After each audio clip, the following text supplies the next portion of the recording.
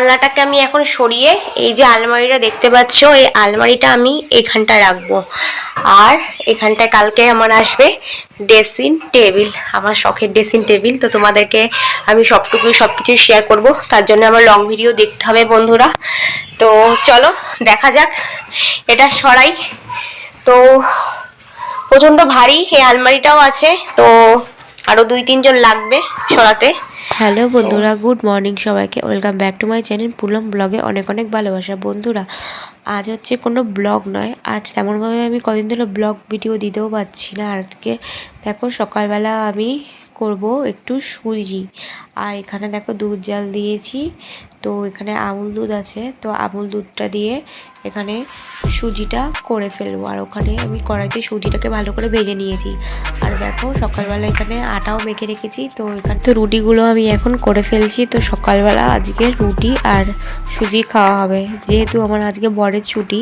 তো প্রতিদিন সকালবেলা ভাতই রান্না করি, তো আজকে সকালবেলা আমরা রুটি আর সুজি খাবো। তো এখানে রুটিগুলোকে আমি একটা করে ছেঁকে নিলাম বন্ধুরা। আর ভিডিওটাকেও স্কিপ করবে না, প্রথম থেকে লাস্ট অবধি দেখার জন্য তোমাদের কাছে অনুরোধ রইল। তো চলো বন্ধুরা, দেখতে থাকো।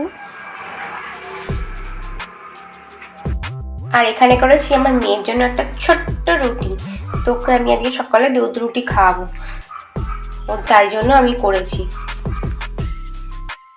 চাটু বসিয়ে নিয়েছি, এখানে করবো আমার ছেলের জন্য একটা এগ রোল।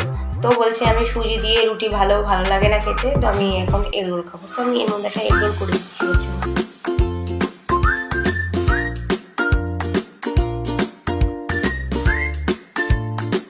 এখানে মাছ ভেজে রেখেছি, আর এখানে কাটি কচুও কেটে ধুয়ে ভালো করে ভেজে রেখে দিয়েছি। এটা কাটি কচু দিয়ে আজকে আমি ঝোল করবো, মাছের ঝোল। আর এখানে আমি ভাজাও পটল ভাজার বেগুন ভাজা ভেজে রেখেছি। আর এখানে কটা শাপলা ছিল, অল্প কটাই ছিল, আগের দিন যেহেতু করেছিলাম তাই আজকে শাপলা অল্প কটাই ভাজা করছি। দেখো বন্ধুরা, কালো জিরে দিয়ে ভাজা ভালোই লাগে খেতে। যখন চিংড়ি মাছ থাকে না তখন আমি কালো জিরে দিয়েই ভাজা করি শাপলা। দেখো বন্ধুরা, এই আলনাটায় যত জামা কাপড় ছিল আমি সব নামিয়েছি। তো এখানে কয়েকটা আছে, আরো আছে, আমি রেখে দিয়েছি। তো নামিয়ে এই আলনাটাকে আমি ফাঁকা করে দেবো। আর এখানে আমার কয়েকটা জিনিস আছে, এগুলো আমি সব ফাঁকা করে দেবো। তো এই আলনাটাকে আমি এখন সরিয়ে এই যে আলমারিটা দেখতে পাচ্ছ, এই আলমারিটা আমি এখানটা রাখবো। আর এখানটায় কালকে আমার আসবে ড্রেসিং টেবিল, আমার শখের ড্রেসিং টেবিল। তো তোমাদেরকে আমি সবকিছু শেয়ার করব, তার জন্য আমার লং ভিডিও দেখতে হবে বন্ধুরা। তো চলো দেখা যাক, এটা সরাই। তো প্রচণ্ড ভারী এই আলমারিটাও আছে, তো আরও 2-3 জন লাগবে সরাতে। তো চলো।